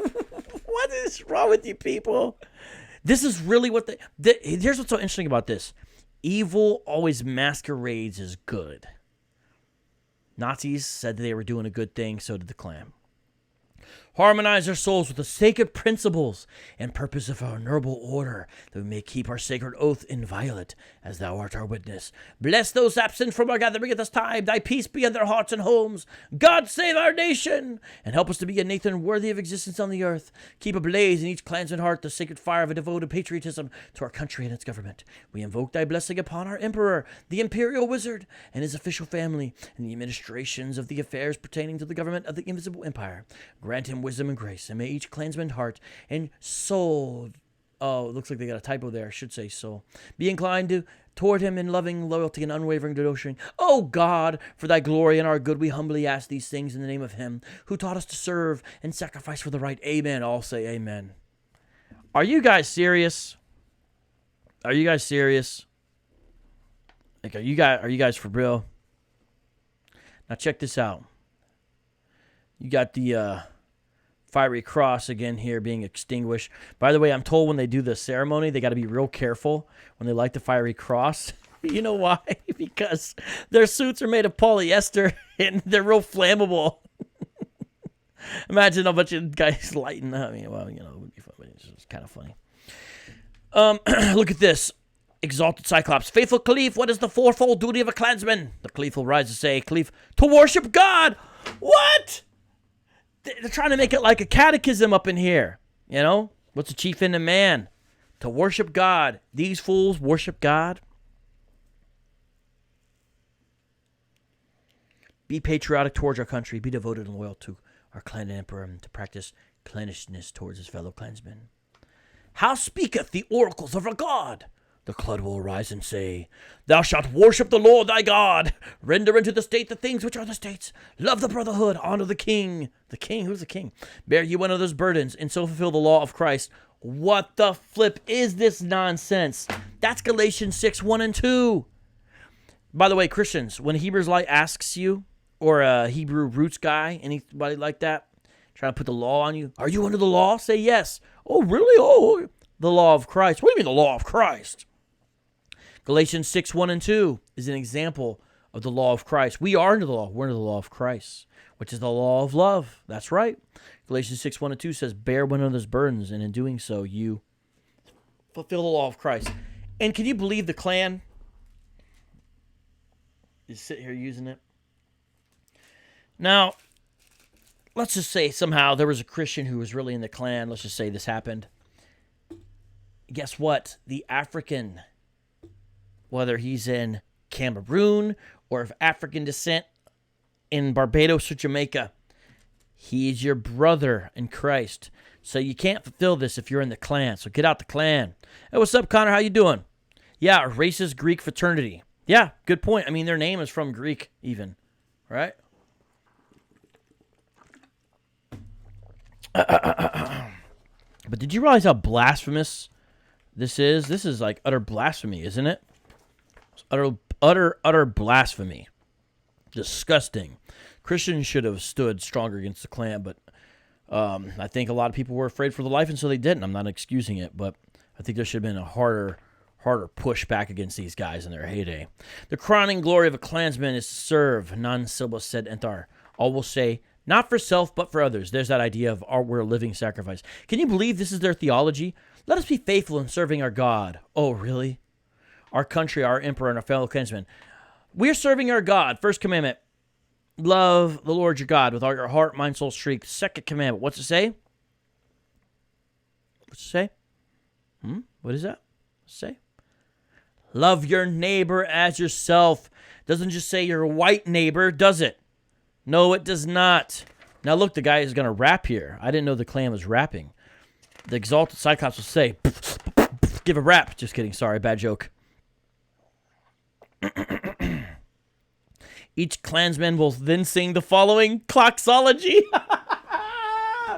Oh, what's wrong with you people? Not only is your religion blasphemous, racist, hypocritical, it's also corny.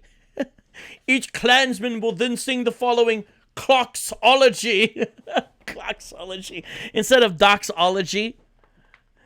Cloxology. Yo, the cloxology. Instead of cloxology. What is wrong with you people who wrote this nonsense?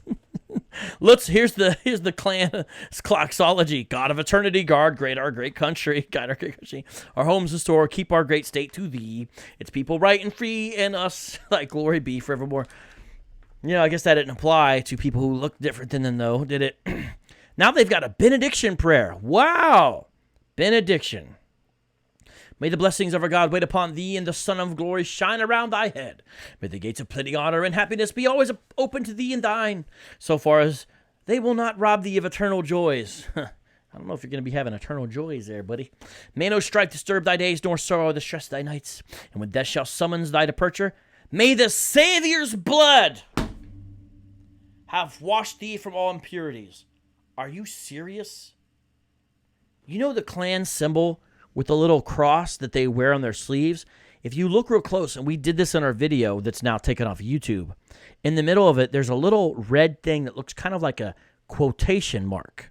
If you look real close, David had it on his uniform. Guess what that represents for the Klan? I looked this up. That little red quotation mark represents Jesus Christ's blood.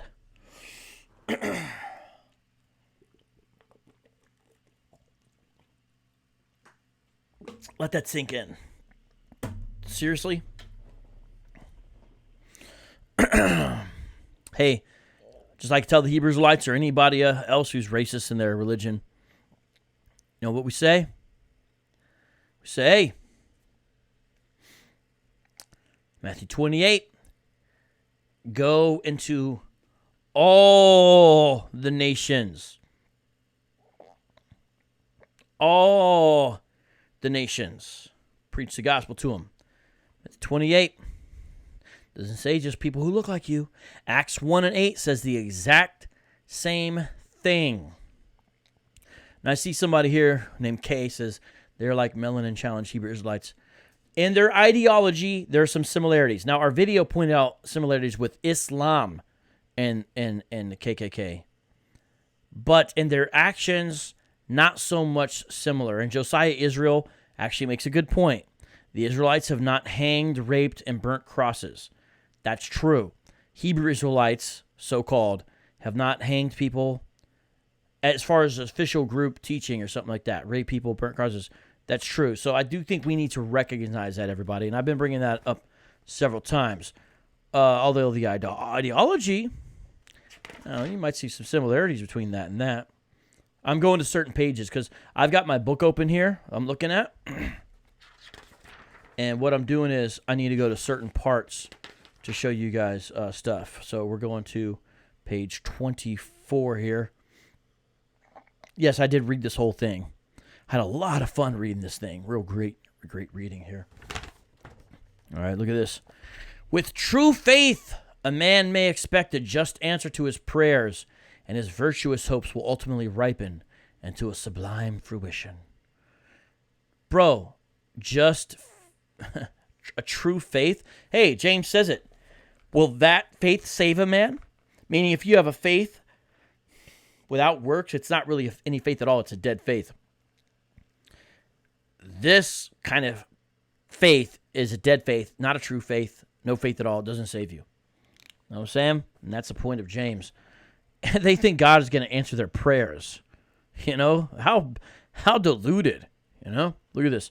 With true faith, you may expect a just answer to your prayers and your virtuous hopes. Virtuous hopes? It's crazy they think their hopes are virtuous. Will ultimately ripen into a sublime fruition. This is the decision of His Excellency, exalted Cyclops, with all his clan concurring. Shouldn't it say with all his clan cluncurring? Shouldn't it? Look at this. So now they're going to ask newbies some questions. So look at these questions. Look at these questions they ask them. Sirs, the Knights of the Ku Klux Klan is a great and essentially a patriotic, fraternal, benevolent order. Does not discriminate against a man. What? This is comedy. It is so utterly unself-aware. We don't discriminate against a man on account of their religious or political creed. Look, I'm not pro-communist, but you do discriminate against communists, first of all. Second of all, I mean, I don't agree with communists, but I'm not going to go kill them. You guys killed communists. In fact, look up the Greensboro Massacre. You can stop what you're doing. I don't even care if you watch because I like to educate people. Look up the Greensboro Massacre. Remember we talked about that cop in Greensboro who got fired? Did you know as late as the 70s, the Klan killed a bunch of communists out in the open? It's crazy. These folks have a really bad, nasty history. Look it up. Greensboro Massacre killed a bunch of communists. Now, like I said, I don't agree with no communists, but I'm not going to kill them. I can't believe these fools are saying they don't discriminate against somebody on account of their political creed. What?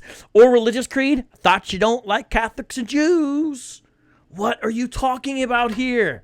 When same does not conflict, there's the catchphrase, which I already knew it was coming. I'm just pointing it out. With or antagonize the sacred rights and privileges guaranteed by our civil government and Christian ideals and institutions. But then otherwise you do. So you do. It's just silly. Therefore, to avoid any misunderstanding, and as evidence that we do not seek to impose unjustly the requirements of this order upon anyone who cannot, on account of his religious or political scruples, voluntarily meet our requirements and faithfully practice our principles, and as proof that we respect all honest men and their sacred convictions. Really? Really? What is wrong with these fools, man? Whether same are agreeable with our requirements or not, we require as an absolute necessity on the part of each of you an affirmative answer to each of the following questions. The Klan is so progressive, so open-minded, right? So tolerant. Hey, Josiah Israel, listen. I defended you. Josiah Israel, I defended you earlier. And I said I agree with you. And I read your comment. But now you're calling people names that we're not going to put up with. You're not going to go around here calling people animals. Let's go ahead and time Josiah Israel out. I'll be fair to you. You just need to be fair to everybody else, okay? Let's do this the right way. Okay? Check this out. Are you a native-born, white, Gentile American citizen? By the way, Klan didn't like Italians either. Wouldn't allow Italians in their group. Look at this. They actually asked them, do you believe in the tenets of the Christian religion? Are you people kidding? Like, even do not steal. You know they stole from black folks in all kinds of ways. When you burn someone's house down, you know what I mean? For example, I mean, do not murder. But much like a lot of other racist groups, they just say, well, it doesn't apply to them. It doesn't apply to that group. We'll make an exception for that group. Clad. Faithful Klansman speaketh the truth, and in from his heart. A lying scoundrel may wrap his disgraceful fame with the sacred folds of a Klansman robe and deceive the very elect. What? Now, you see why I'm reading these passages, because I'm going to specific passages. Look at this. These fools trying to employ King James Version English language. What they're saying in here is you can dress up like a Klansman, but you might be a fraud, and you might deceive us. Listen to what they're calling themselves, the very elect.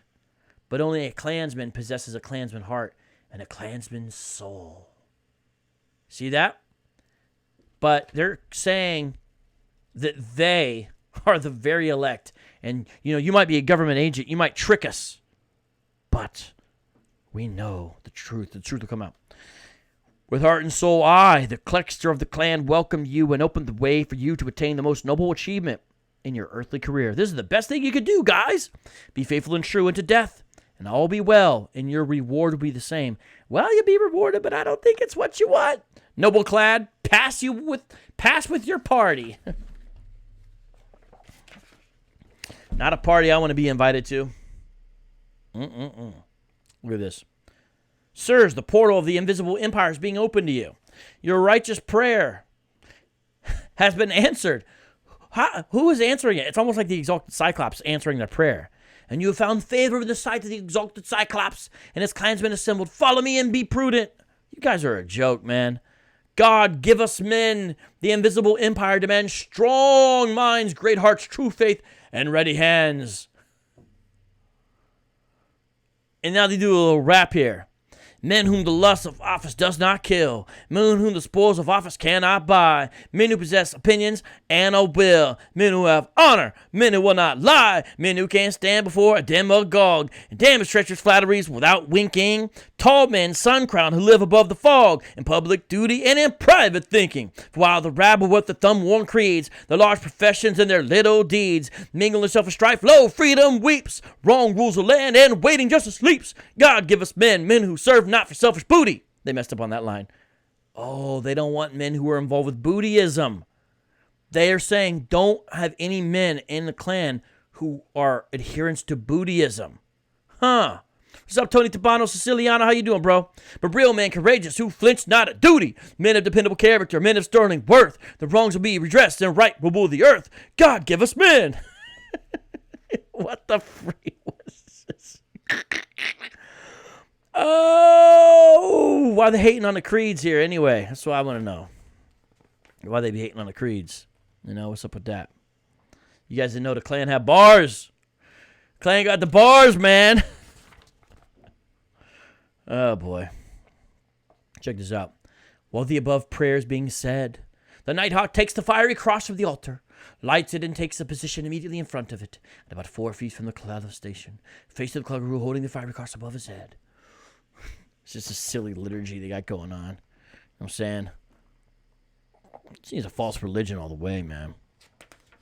What's up, Connor Chow? Thank you for the super chat, my man. I see you, bro. Check this out. I want to read this. The luster of the holy light of chivalry has lost its former glory and is sadly dimmed by the choking dust of selfish, sordid gain. Pass on. Listen to this. Listen to this. Real fraternity, by shameful neglect, has been starved until so weak her voice is lost in the courts of her own castle, as she passes unnoticed by her worn subjects as she moves along the crowded streets and through the dim of the marketplace. They're drawing imagery here from the book of Proverbs. I don't know if you guys catch that. Man's valuation of man is by the standard of wealth and not worth. Listen... Yet you deem yourself better than other men. Selfishness is the festive queen among humankind, and multitudes forget honor, justice, love, and God, and every religious conviction to do homage to her. And yet, with the cruel heart of Jezebel, she slaughters the souls of thousands of her devotees daily. Pass on. What kind of nonsense is this? Tony Tabano, the KKK didn't do nothing recently. Although... Since you asked, let me show you something here. Let me show you something here that the KKK actually did do somewhat recently. This is not what the show's about. I don't want to laugh at this, but it's kind of hard not to laugh. Look at the search I'm putting in here. KKK Cats, Missouri. Watch this.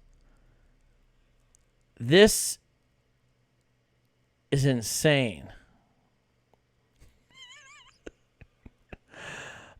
I'm so sorry. It's kind of funny, but I don't want to laugh.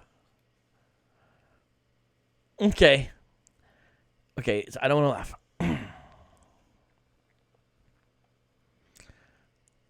What happened is, I need to show you guys this. Hold on. Okay, I've got it right here. You guys couldn't see what I was bringing up because I didn't have it on the screen yet, but now I do. What I searched for was KKK cats. Look at this article. KKK wizard found dead, smelled of cat piss. Wife accused of killing him. This is a sad story.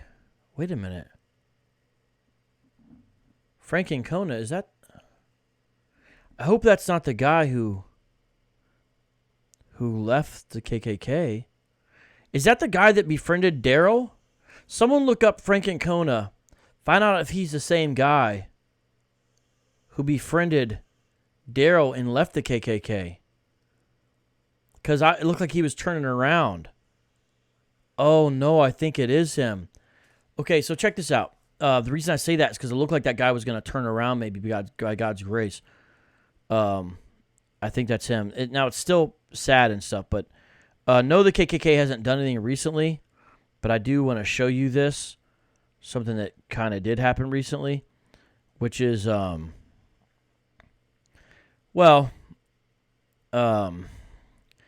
was murdered by his wife, because apparently they were fighting over her hoarding cats. This happened March 2017.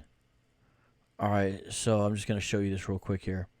The Imperial Wizard, because I watched a documentary with this guy, and it seemed like he just didn't belong and he just it seemed like it was going to be different. But look at this. The Imperial Wizard of the traditionalist American Knights of the Ku Klux Klan, who was recently found dead near a river in Missouri, apparently smelled like cat piss and sunk to high heaven during his life. According to Riverfront Times, the scent permeated from Frankenkona's clothes, clinging to him like a blanket, even on his hair and mustache. The news article notes that he was aware of his stench but did not know what to do about it. Much of this odor seemed to be the result of his wife, Melissa Ancona's determination to see their home turned into a giant kennel. The 44-year-old kept dozens of cats and 2 dogs within her space, which was, by all reports, a pigsty, though that might be an insult to pigsty. So clearly, the Root article is writing this a certain kind of way, obviously. So it's not exactly traditional journalism here, but it is what it is. But let me keep on reading here. The 44-year-old kept dozens of cats and 2 dogs within her space, which is by a neighbor told the Times that as many as 70 cats lived there at one time. The animals made homes out of piles of dirty clothes, went through open garbage, and kicked litter across the forest. My dad said sometimes he had to sleep on the couch because the bedroom was so trashed. Frankenkona's son from previous marriage, Frankenkona Jr., told the Times. The couple apparently argued all the time with one neighbor, James Russell, saying that she could hear Melissa Ancona screaming at the white supremacists night and day. As Melissa Ancona, who was accused of killing her husband, by all accounts, she was not a great person to be around. She had a history of relying on pills she allegedly stole from him, and of course, there was a house that was unfit for any animal, human or not, to live in. About 6 months ago, the senior Frankenkona reportedly called his wife's ex-husband, Paul Jenkinson Sr., and asked if he would take her back. I was like, "You're out of your mind," Jenkins told the Times. I guess he thought for a brief fleeting moment that I would alleviate his pain and take her off his hands. Frankenkona then tried to Melissa's grown children, pleading with him to take their mother. "Is there anybody in your family that will let your mother move with him?" he asked, according to the report. "I cannot take her being around me another minute. Her life, her drug dealing, her stealing, I can't take any more of it, and she needs a place to go ASAP." Frankenkona told Melissa's daughter, 25-year-old Laura Jenkinson, that he suspected that she was slipping the blood pressure medicine clonidine into his coffee to knock him out so she could steal his medication. So, no, the Klan has not done anything recently, but interestingly enough, when I put in search bar KKK murder and look for the most recent murder, this is the most recent one I found, which is this guy getting murdered. So this is the most recent thing you can find about the KKK. It's the guy's wife murdered him. But I'm pretty sure he's in this video I watched of called Inside the Klan. But I thought he was getting out of it. But I'm going to look that up in a second here. Anyways, let me not read the rest of this. When then the Sun apparently came out that he was also involved with it as well.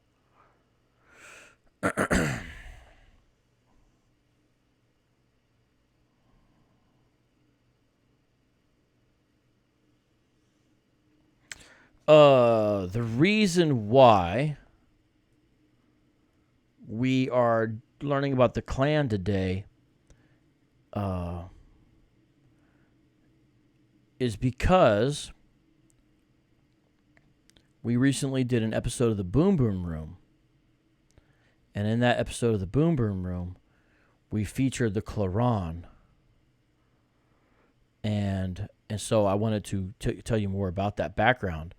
And one more reason I'm drawing everyone's attention to it is because that episode of the Boom Boom Room got removed. You know what I'm saying? It got removed from YouTube. End Times Prophecy 777 says April 20th, 2019, Melissa Ancona is sentenced to life in jail for shooting her husband, Frank, in Missouri. Yeah, but that's how we're doing this episode, because that just recently happened. So that's kind of the background. Thank you, End Times Prophecy. But can somebody look up? There's a guy named Daryl something or other. And, yeah, it's on BitChute. You guys can drop the link in there.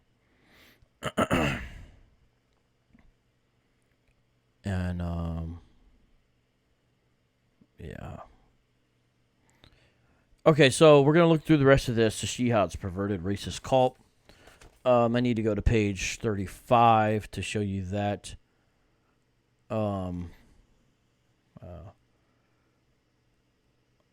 I think we already looked at that. Yeah, we already looked at that. All right, let's look at this.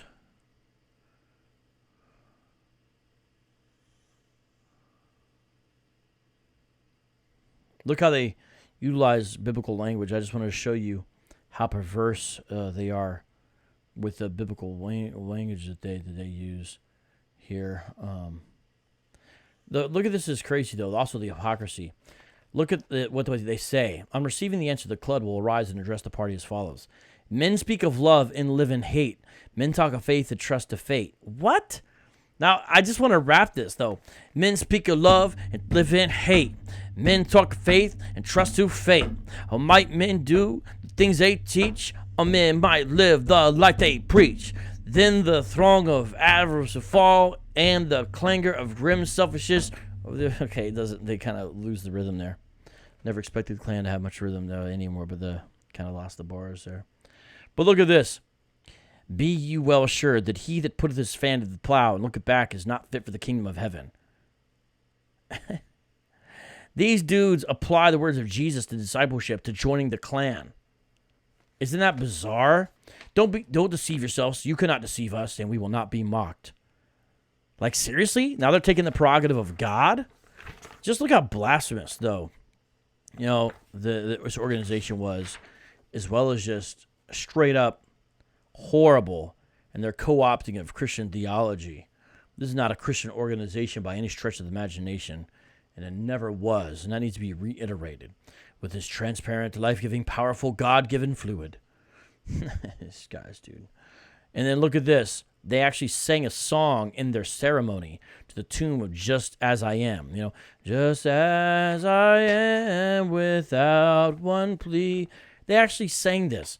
To thee, O God, I call to thee. Trust through my oath, oh, help me be. I pledge my life, my blood, my all. Give me grace that I not fall. Psh, these dudes, man. We're almost done. My terrors and clansmen, let us pray. Now, look, here's their closing prayer. God of all, author of all good, thou who didst create man, created all men, and so proposed that man should fill his distinct place, perform a specific work in the economy of thy good government. Thou hast revealed thyself and thy purpose to man. By this revelation, we have learned our place in our work. Oh, to be at the top of the food chain. Is that what it is? Yep, I guess that's what you think. Oh, is it to kill people? Go kill little girls? Is that your place? That's what God's called you to do, really? Is that your place there, guys?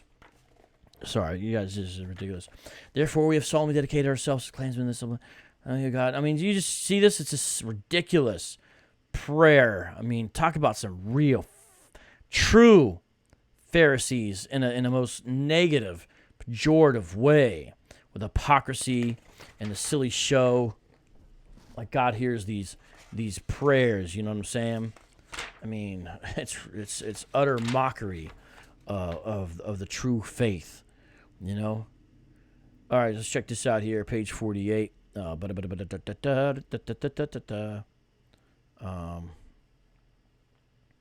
And meanwhile, they say, holy heroism, our fathers are preserving to us the sacred heritage of a superior race. This is what they're really all about. You know what I'm saying? This great people, defenseless and friendless, with a pestilence upon them, more terrorizing. They're the terrorists than the 7 plagues of Egypt, called to the nations of the earth, but none heard their cry. And then they're basically saying they answered. You guys are ridiculous, man. Like they're protecting the weak, even though they prey on the weak, literally. Look at this. I mean, you guys should see it. You see how upset they are at Reconstruction? See, it's mentioned here. With a fiery cross, symbol of the purest and most loyal patriotism, as their beacon, the Ku Klux Klan rolled through the darkness, laid aside their spotless robes. It's just like, it's like a fake history. It's an alt history.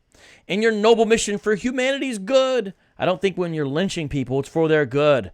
When you're dragging them with trucks and burning them, it's not for their good, is it? No, it's not. Not for self, but for others. Really? And he's got some terminology there in the end. You know what I'm saying? You get that all day. And we have now come to the end of the Claron. Consider yourselves educated and enlightened today.